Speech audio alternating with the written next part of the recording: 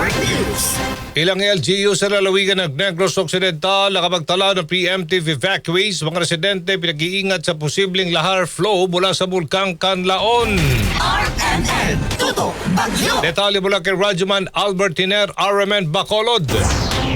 Pinag-iingat ng Philippine Institute of Volcanology and Seismology of PHIVOLCS ang mga residente malalapit sa paanan ng Bulkang Canlaon sa posible lahar flow dahil sa walang kumpay na pagulan bunsod ng bagyong Berbina. Ayon sa PHIVOLCS, posible anuri ng baha ang mga pyroclastic density current deposits pababa dahil sa tuloy-tuloy na pagulan. Samantala nakapagtala ng preemptive evacuees ang mga LGU sa Southern Negros Occidental sa bayan ng Bilbagan, 30 pamilya o 75 individual ang nasa evacuation centers. Binuksan naman ang Santa Maria Magdalena Parish sa bayan ng Hiniran para sa mga evacuees. 246 na pamilya o 722 individuals naman ang naka-evacuate mula sa Barangay Romirang at Gintubhan, bayan ng Isabela. Sa Bacolod nakapagtala naman ng sod ng 401 individuals evacuees. Suspindido na rin ang klase sa lahat ng level at trabaho sa provincial government at ilang LGUs sa lalawigan ngayong araw. Kasama mo sa RMN DYHB Bacolod, Radyoman Albert Tiner. Tatak Karamen.